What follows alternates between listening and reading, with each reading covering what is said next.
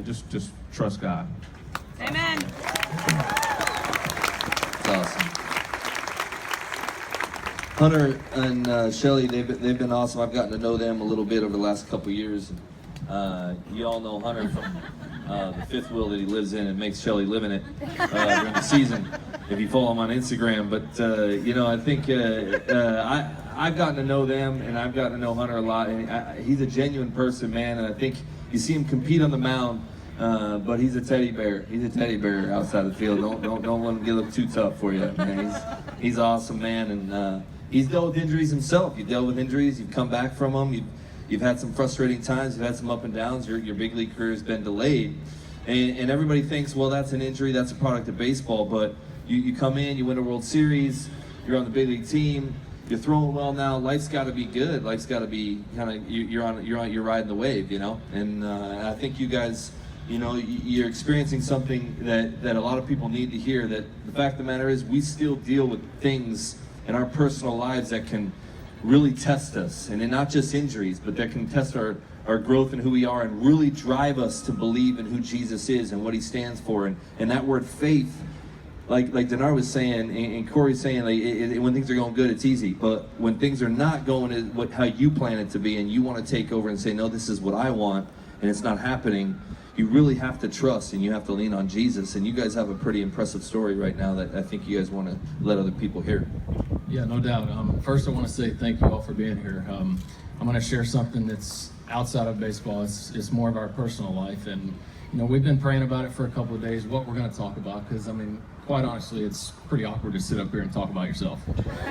So but I don't think that we came to terms that to share this story with you all. There's no better place, because we do need prayers, and I think we're all a big believer in prayers, and so to just have this fellowship here, this is kind of where we felt led to lead. But my wife and I, we've been struggling. We've been trying to have a family, start a new family for 2.5 years now, and just struggling, and nothing's working. We're beginning to wonder, and question God, why us? And I think that we all have problems. It's everybody has their own problems. We're human, but a lot of times we hide it.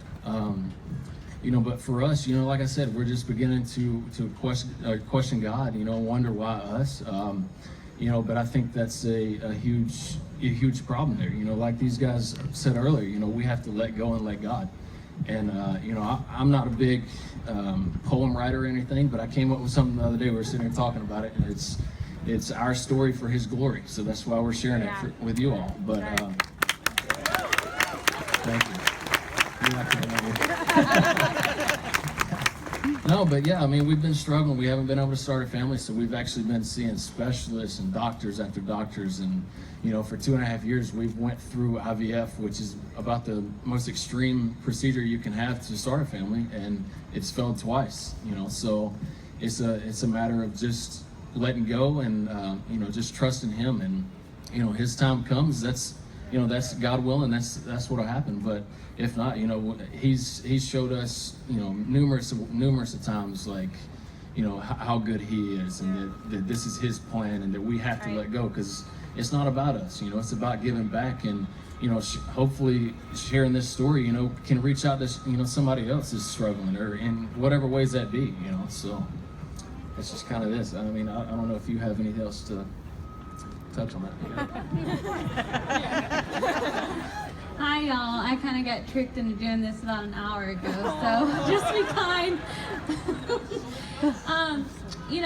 I'm a firm believer that if God's going to walk you through the fire, that He's going to allow you to be nourishment for someone else. And that's kind of the approach I feel like, at least in the last year, we've really had a better perspective over this, because a lot of times when you're going through something difficult, it's just your perspective's off.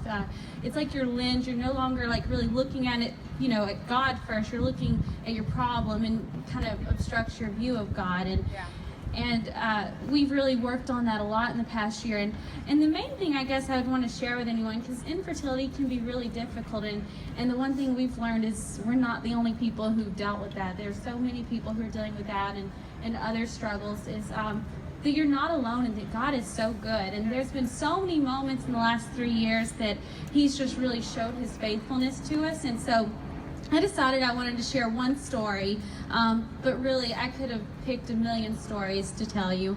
And it actually goes back to December 2014. We had gone to this Christian athletes conference called PAO, and all the women had been given a name, and the goal was to find that person, and you were supposed to meet them, and this person was someone you were supposed to pray for during that next baseball season.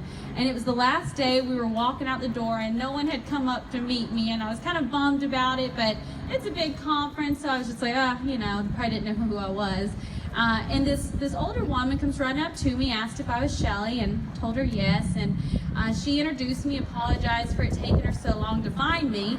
All we did was exchange names and like, hi, like, I'm from here, and emails, and then we said a quick prayer together, and then me and Hunter actually were driving all the way back home to Georgia, so we had to get on the road. Anyway, that was in December. Never heard from the woman again. Really hadn't even given her much thought. And it was about March or April 2015 when we started to figure out that there was like some problems going on, and didn't really know what our future when it comes to like starting a family was going to look like. And I was like, you know what, God, this woman was given my name to pray for me. There has to be a reason. I need to contact her. I need to tell her what's going on. And I couldn't find her email anywhere. I was going through all my notes from PAO. Couldn't find that email address anywhere. So I'm crying because I'm an emotional person. I'm just sitting on our couch like having a pity party and just like, Lord, like, please help me find this email address. Like, I've got every other note from PAO, but I cannot find this dang email address. And as I'm praying, my phone goes off, so I grab it, I pull it up to see what it is. I have an email from that woman at PAO who I haven't spoken to in about 4 or 5 months. Just checking in. And you know, there's this great story in Genesis, and it's about Hagar, who was a maid to Sarah, and Sarah was the wife of Abram. And long story short, Hagar has this interaction with God, and she names God the God who sees me. And that's always just kind of stuck with me, because throughout this entire journey, that's exactly how it's felt. Even in like those really tough moments when it just didn't make sense, I always just remembered, like, He is the God who sees me. He is the God who hears us. He loves us, even if He's not giving us what He wants. There's a quote that says that God's denials are just like God's delays. And it's just, you know, the enemy speaking to you in those moments, and he's telling you, like, oh, if God really loved you, like, He'd give you what He wants. But sometimes it's in those delays that God's really building your character. He's teaching you something. And like I said, He's going to use you for nourishment for someone else. So just hold on to that. Yeah. Somebody take a job, Jimmy. Man. We just need to have the wives come up here next year and talk. That was awesome, bro. That was impressive. Man, I think we should do a little slow music and maybe call the altar, you know, and do something. Remember that deal. Last but not least, Buster Posey has been a